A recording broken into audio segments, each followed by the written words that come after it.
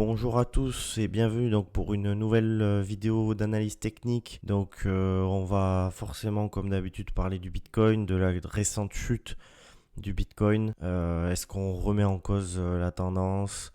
Où sont les niveaux qui peuvent éventuellement permettre de rebondir? Donc on va essayer de voir un peu tout ça dans la vidéo d'aujourd'hui. On regardera un peu comme d'habitude, on regardera un peu Ethereum et les altcoins, mais voilà, c'est surtout le Bitcoin qui nous intéresse dans ces moments où on chute, puisque c'est quand le Bitcoin se stabilise que on commence à pouvoir avoir quelque chose qui se passe sur les altcoins. En tout cas, tant que le Bitcoin est autant leader de ce marché. Donc voilà, pour ce qui est du Bitcoin en hebdomadaire, certes on a une première tendance qui est plutôt une tendance primaire qui est plutôt haussière depuis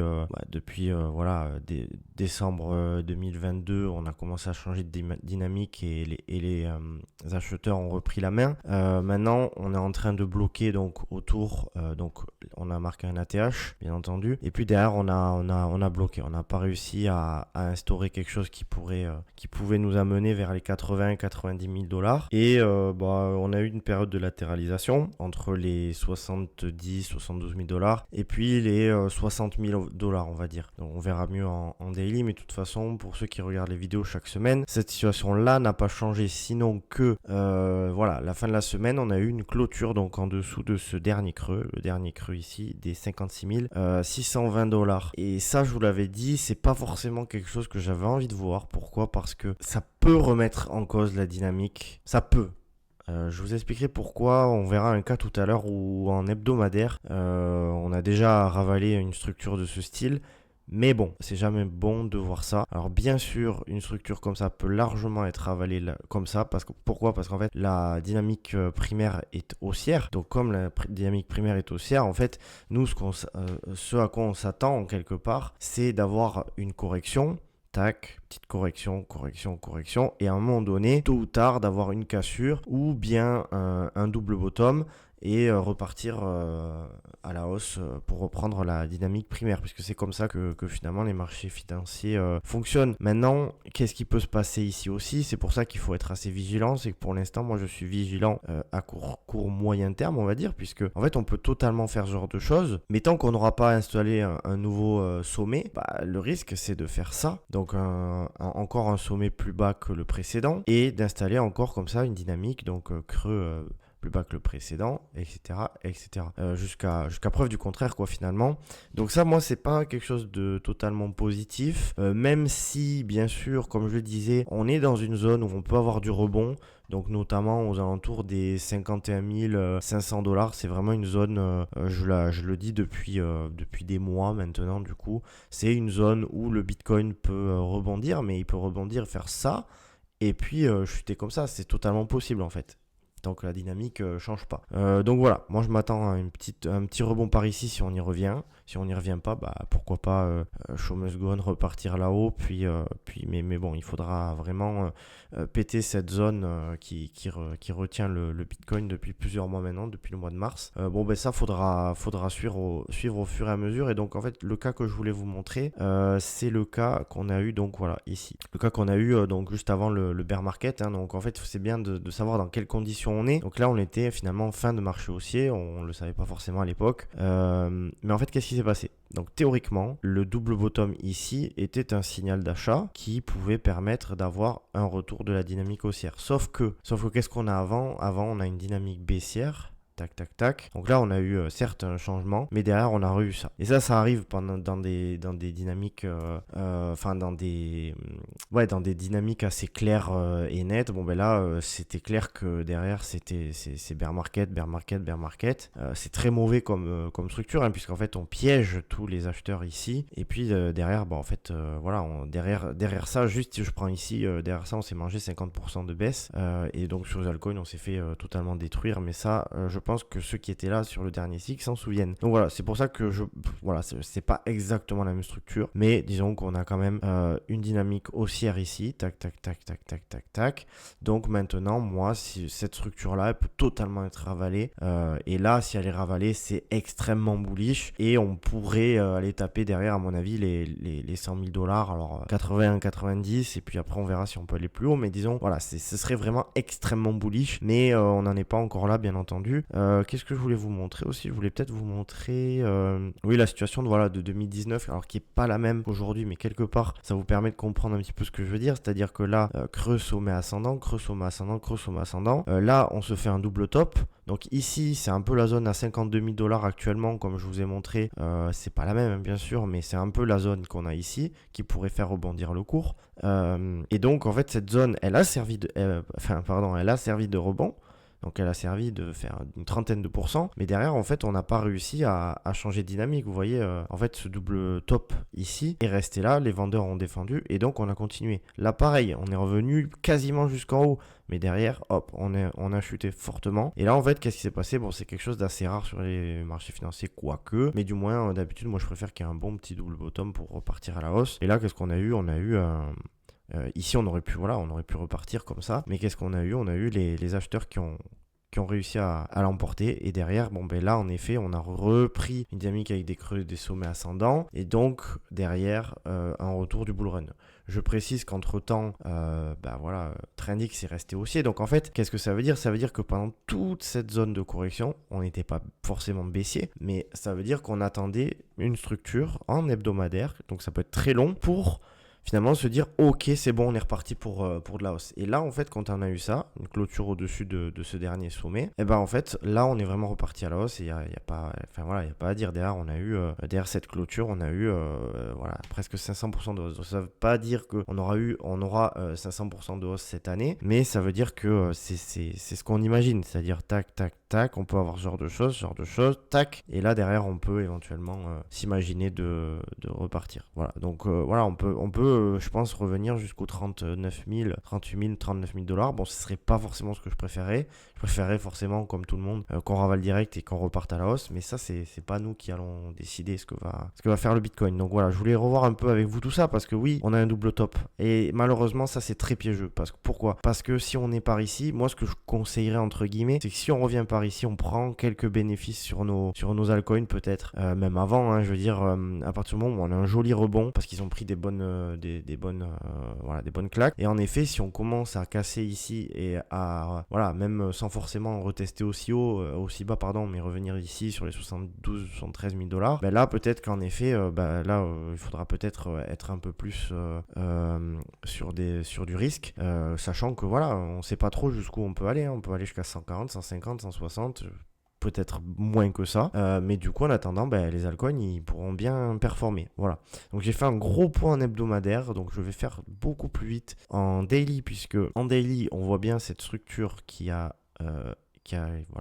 clôturé, dans structure baissière, qui a clôturé en dessous des 56 630, on va dire à peu près. Donc là, ça c'est pas très positif. C'est sur ce graphique que je préfère vous montrer parce que là on voit bien le range. Donc voilà, on a cassé une première fois ici, mais c'était une déviation. Et ici, on est en train de casser une deuxième fois. Alors peut-être que c'est une déviation, hein, peut-être. Mais pour moi, pour que ce soit une déviation, il faudrait repartir au-dessus de ce dernier sommet à 63 850 à peu près. Puis derrière, prendre appui ici et repartir au niveau du dernier sommet. Et donc en hebdomadaire, il faudra aussi casser cette zone de résistance, hein, qui est en place depuis plusieurs mois, on va dire.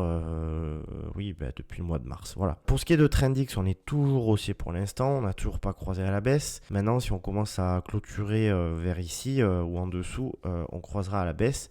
Et derrière, souvent, on a, pas toujours, mais on a 20-30% de baisse. Donc, pourquoi pas s'imaginer avec la clôture en dessous de ça, on pourrait par là se revenir. Donc, comme je disais, 20-30%, ça pourrait nous faire revenir éventuellement à 38-39 000 $. Mais bon, ça, on n'y est pas encore, mais une clôture en dessous de ça serait encore une fois très négatif.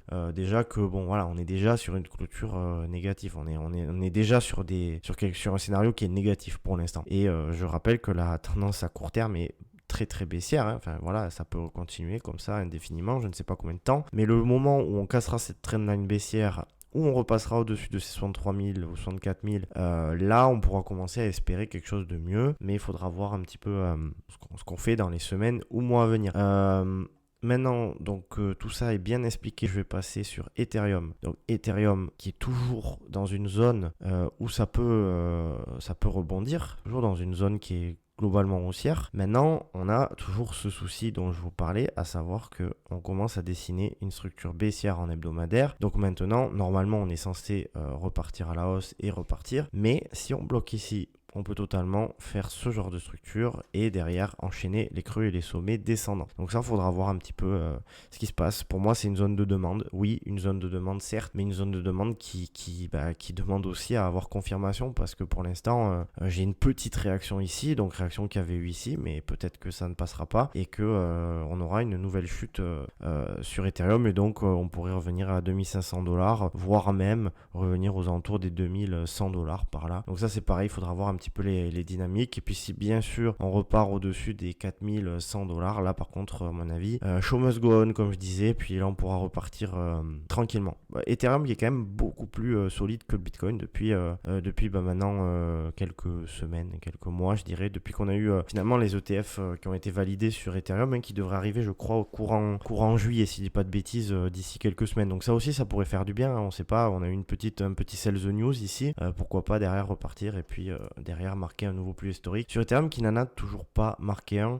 Moi je veux voir la tendance à court terme, donc on est toujours haussier, mais bon le signal peut peut-être repasser baissier si jamais on commence à clôturer en dessous de ça, ce serait pas très bon. Mais si on commence à clôturer aux alentours au-dessus des 3500$, là par contre ce serait positif et on pourrait éventuellement revenir et repartir à la hausse, mais ça ce sera conditionné essentiellement par le Bitcoin, hein. De toute façon c'est le Bitcoin qui mène la danse pour l'instant. Donc voilà pour la situation d'Ethereum, j'ai fait un peu plus vite parce que de toute façon il n'y a pas plus à dire, c'est vraiment pour moi le Bitcoin qui donnera le tempo. Bon, on va faire un petit tour sur Ethereum Bitcoin, je comptais pas forcément le faire, mais voilà, ça n'a pas trop changé, vous voyez, on est sur un Ethereum qui est plutôt solide parce que certes là c'était vraiment dégueulasse c'était pas très beau pour Ethereum ces derniers mois, et là on est peut-être en train de former un bottom de marché. Pour ça il faudra une petite cassure de cette trendline qui est sévie depuis le 29 août 2022, donc ça fait très longtemps. Mais par contre ça à mon avis c'est vraiment une explosion haussière qu'on aura droit quand on y aura droit justement, mais d'ici là on peut totalement faire ça et puis revenir plus tard. Donc ça faudra voir quand on retrouvera des creux et des sommets ascendants ici, ça sentira bon pour les altcoins, mais c'est pas le cas encore. Ils sont où mes altcoins? On va voir le total 2, donc en excluant le Bitcoin comme chaque semaine. Donc voilà, c'est la situation. Là pour le coup, voilà, donc en excluant le Bitcoin, on voit bien que en fait Ethereum est assez solide, mais on voit bien que les autres altcoins par contre souffrent puisqu'on a clôturé en dessous ici de ce dernier creux, comme pour le Bitcoin finalement, alors qu'Ethereum non, lui se maintient par ici on va dire. Donc voilà, du coup on est sur quelque chose d'assez d'assez fragile sur les altcoins, et puis derrière on peut faire totalement ce genre de choses jusqu'à ce qu'on reprenne et qu'on reparte à la hausse. Donc exactement la même situation que le Bitcoin, si ce n'est qu'il n'y a pas de petits trucs à 52 000$ ici qui peut faire rebondir le cours. Ça, ce que je vous ai montré tout à l'heure, on l'a pas, mais par contre on a cette zone ici à partir d'ici donc, et qui revient jusqu'ici. Donc toute cette zone à mon avis c'est de la zone de demande qui peut permettre au Bitcoin de repartir à la hausse, mais ça au Bitcoin, pardon, aux altcoins, donc la capitalisation des altcoins de repartir à la hausse, mais ça on verra. On verra quand est-ce qu'il y aura un signal, on le verra, et puis à mon avis il faudra être peut-être un peu patient, à moins que on y aille tout droit comme ça, mais bon, peut-être qu'il faudra être un peu plus patient que ça. Voilà, je pense que j'ai fait le tour de tout ce que je voulais dire sur le Bitcoin et puis les altcoins. Pour moi, il n'y a pas grand-chose de plus à dire, hein, puisque voilà, on attend que le Bitcoin se porte un peu mieux pour que sur les altcoins, on puisse se porter mieux aussi, parce qu'il y a des altcoins qui se mangent de sacrées chutes depuis le mois de juin, hein, juste depuis le mois de juin, en espace d'un mois, le Bitcoin a mangé 27% de baisse, je crois, 27% depuis ce top, 25% depuis juin. ben voilà, 25% sur le Bitcoin, et ben c'est 50, 60, 70% des fois sur les altcoins. Donc on attendra un changement de dynamique à court terme sur le Bitcoin pour pouvoir être optimiste sur les altcoins, ou au moins pour se dire qu'il va y avoir un petit rebond sur les crypto-monnaies. Voilà pour la situation donc, du Bitcoin et puis des crypto-monnaies. On se retrouve la semaine prochaine pour une prochaine vidéo. D'ici là, n'hésitez pas à lâcher un petit like et à mettre un petit commentaire en dessous de la vidéo, parce que ça ferait plaisir. Ça fait toujours plaisir en fait. Ça permet de soutenir le travail. Toutes les semaines, je fais un petit topo sur les crypto-monnaies. Je rappelle que l'indicateur Trendix a été ultra utile, je dirais, pour ceux qui me suivent depuis que je fais mes newsletters sur Substack, puisque déjà dernier signal de Trendix, on a eu 150% de hausse, ce qui est vraiment impressionnant. Et puis là, on verra si on arrive à garder et à repartir à la hausse, donc à faire une performance encore plus importante, ou bien si on croise à la baisse, auquel cas il faudra attendre le prochain signal haussier ou le prochain changement de dynamique, comme je le disais. Voilà, passez donc une belle journée, et puis on se retrouve la semaine prochaine. Bye bye.